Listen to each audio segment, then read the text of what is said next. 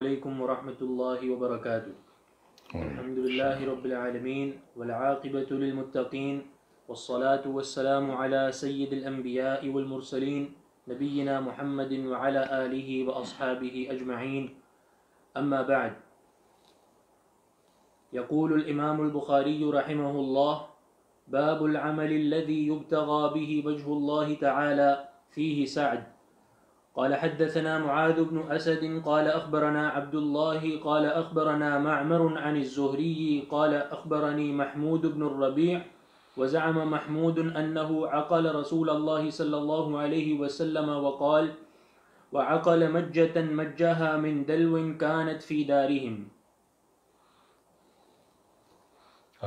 قال: سمعت عتبان بن مالك الأنصاري ثم أحد بني سالم قال: غدا علي رسول الله صلى الله عليه وسلم فقال: لن يوافي عبد يوم القيامة يقول لا إله إلا الله يبتغي بها وجه الله إلا حرم الله عليه النار. إن الحمد لله نحمده ونستعينه ونستغفره ونعوذ بالله من شرور أنفسنا ومن سيئات أعمالنا، من يهده الله فلا مضل له ومن يضلل فلا هادي له، وأشهد أن لا إله إلا الله وحده لا شريك له، وأشهد أن محمدا عبده ورسوله. يا أيها الذين آمنوا اتقوا الله حق تقاته ولا تموتن إلا وأنتم مسلمون. يا أيها الناس اتقوا ربكم الذي خلقكم من نفس واحدة وخلق منها زوجها وبث منهما رجالا كثيرا ونساء، واتقوا الله الذي تساءلون به والأرحام إن الله كان عليكم رقيبا. يا أيها الذين آمنوا اتقوا الله وقولوا قولا سديدا يصلح لكم أعمالكم ويغفر لكم ذنوبكم، ومن يطع الله ورسوله فقد فاز فوزا عظيما. اللهم صل على محمد وعلى آل محمد كما صليت على إبراهيم وعلى آل إبراهيم إنك حميد مجيد. اللهم بارك على محمد وعلى آل محمد كما باركت على إبراهيم وعلى آل إبراهيم إنك حميد مجيد. سبحانك لا علم لنا إلا ما علمتنا إنك أنت العليم الحكيم.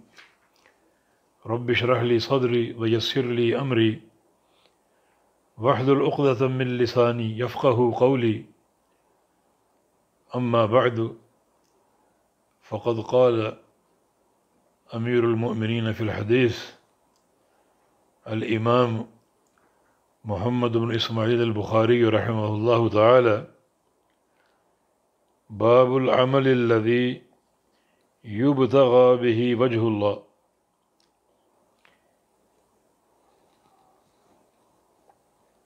اس باب سے مقصود یہ ہے کہ وہ عمل جس کے ذریعے اللہ تعالیٰ کی رضا چاہی جائے، اللہ تعالیٰ کی خوشنودی کی طلب مقصود ہو، تو وہ عمل بڑا کارآمد، نفع بخش اور بہت ہی عمدہ اور بہترین ہے۔ یہ باب یہاں پر لانا امام بخاری رحمہ اللہ کی حسن ترتیب اور بہت ہی ذہانت اور فطانت کی دلیل ہے کہ جس عمل سے اللہ کی رضا چاہی جائے وہ عمل بڑا ہی باحیثیت ہے اور بہت زیادہ اللہ تعالیٰ کے ہاں پذیرائی کا مستحق بنتا ہے۔ حسن ترتیب یہ ہے کہ جو باب پیچھے گزرا کہ انسان جب 60 سال کی عمر کو پہنچ جائے تو نبی علیہ السلام کی حدیث کے مطابق اس کا عذر یا اس کے عذر ختم ہو جاتے ہیں اور اس پر اللہ کی حجت قائم ہو جاتی۔ اب وہ کوئی عذر پیش نہیں کر سکتا کہ میں حق کو نہیں سمجھا یا میں توحید کو نہیں سمجھا یا مجھے توبہ کا موقع نہیں ملا، کیونکہ 60 سال کی عمر بڑی کافی ہوتی ہے ان سارے امور کو سمجھنے کے لیے۔ پھر اللہ پاک نے یہ بھی فرمایا کہ وَجَاءَكُمُ النَّذِيرُ، وَجَاءَكُمْ نَذِيرٌ، کہ تمہارے پاس ڈرانے والے انبیاء بھی آئے تھے۔ تو پھر تو یہ 60 سال کی عمر کو پہنچ جانا سارے عذر یقیناً ختم کر دے گا، کیونکہ عذر تب آپ کا سنا جاتا جب حق آپ کے ذہنوں پر چھوڑا جاتا کہ خود ہی حق تلاش کرو، خود ہی اسے سمجھو، خود ہی اسے اپناؤ۔ یہاں تو معاملہ یہ ہے کہ اللہ تعالیٰ کے رسول آئے اور وہ مکمل دین لائے اور اس کو پیش کیا، عمل کر کے بتایا اور سمجھایا، ایک ایک نقطہ واضح کر دیا۔ تو اب نہ سمجھنے والی بات کہاں سے آ گئی، جبکہ ہمارے پیارے رسول صلی اللہ علیہ وسلم یہ فرما کر دنیا سے گئے تھے کہ ترکتکم علی البیضاء لیلھا ونہارھا سواء، کہ میں تمہیں ایک بہت ہی روشن اور چمکدار راستے پر چھوڑے جا رہا ہوں جس کی رات اور دن برابر ہے۔ تو بالکل دین ہمارے رسول صلی اللہ علیہ وسلم نے واضح کر دیا، وہ نصف النہار کے سورج سے زیادہ چمکدار ہے۔ اب ایک انسان کا کہنا کہ میں نہیں سمجھ پایا یا میں توحید کو نہیں جان پایا، تو اس کی یہ بات بالکل ناقابل قبول ہے، اور کوئی عذر اسے چھڑا نہیں سکتا۔ حجت قائم ہو چکی، عذر ختم ہو چکے۔ یہ پچھلا باب جو گزرا، امام بخاری یہاں دوسرے باب میں یہ بتانا چاہتے ہیں کہ ایک انسان اللہ تعالیٰ کی رضا کے لیے جب بھی عمل کرے گا، اللہ تعالیٰ کے ہاں وہ عمل بڑا پذیرائی کا مستحق ہوگا۔ معنی ایک انسان اگر 60 سال کی عمر کو پہنچ جائے اور اس عمر سے اس کو ایک احساس پیدا ہو جائے حسن عمل کا اور اللہ کی رضا جوئی کا، تو یہ معنی نہیں کہ 60 سال کا ہونے کے بعد اس کی نیکی قابل قبول نہ ہوگی کہ وہ 60 سال کا ہو چکا۔ نہیں، یہ نیکی کسی بھی عمر میں کر لے اور توبہ کسی بھی عمر میں کر لے، اللہ تعالیٰ قبول کرے گا۔ تو 60 سال کی عمر جو ہے اس میں حجتیں تمام ہو جاتی ہیں اور عذر ختم ہو جاتے ہیں۔ لیکن کسی بھی عمر میں انسان کوئی نیکی کرے اللہ کی رضا کے لیے، یہ توبۃ النصوح کا راستہ اختیار کر لے، تو اللہ تعالیٰ یقیناً قبول کرے گا اور بندے کے عمل کو ضائع نہیں کرے گا۔ رسول اللہ صلی اللہ علیہ وسلم نے قبول توبہ کی 2 حدیں بیان کی ہیں۔ ان 2 حدوں سے قبل بندے کی توبہ قبول ہو جائے گی۔ ایک ہر انسان کی ذاتی حد ہے اور وہ اس کا وقت موت۔ نبی علیہ السلام کا ارشاد گرامی ہے کہ ان اللہ یقبل توبۃ عبدہ ما لم یغرغر، کہ اللہ رب العزت اپنے بندے کی توبہ اس وقت تک قبول کرتا رہتا ہے جب تک اس کی جان اس کے حلق میں نہ پھنس جائے، وقت نزع آ جائے، موت سامنے نظر آنے لگے اور یہ سانس اٹکنے لگے، اب وہ کہے کہ میں توبہ کر لیتا ہوں، تو اب وہ توبہ قابل قبول نہیں ہے۔ اس وقت سے قبل جب بھی توبہ کرے اللہ تعالیٰ قبول کرے گا، چاہے وہ توبہ 60 سال کی عمر میں ہو، 70 سال کی عمر میں ہو۔ الغرض یہ کہ وہ حالت نزاع سے قبل توبہ کر لے، اللہ تعالیٰ قبول کرے گا۔ یہ ہر بندے کی ایک حد خاص ہے جو ہر بندے کے ساتھ ہے، کہ اس کی موت سے قبل اس کے لیے توبہ کا امکان موجود ہے۔ اور دوسری حد عمومی ہے، اور وہ ہے قیامت کا وقوع۔ جب سورج مغرب سے طلوع ہوگا، اور وہ دروازہ توبہ کا بھی ہے، تو اللہ رب العزت سورج کے مغرب سے طلوع ہونے کے بعد اس دروازے کو بند کر دے گا، مانا اب توبہ کا دروازہ مسدود ہو چکا۔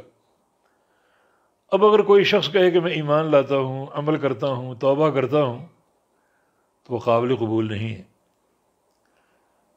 تو ان عمومی ادلہ سے یہ بات ثابت ہوئی کہ 60 سال کی عمر تک پہنچنے پر بندے کے عذر کا ختم ہونا اور چیز ہے، اور اس عمر میں توبہ کر لینا اور اعمال صالح کی انجام دہی اور چیز ہے۔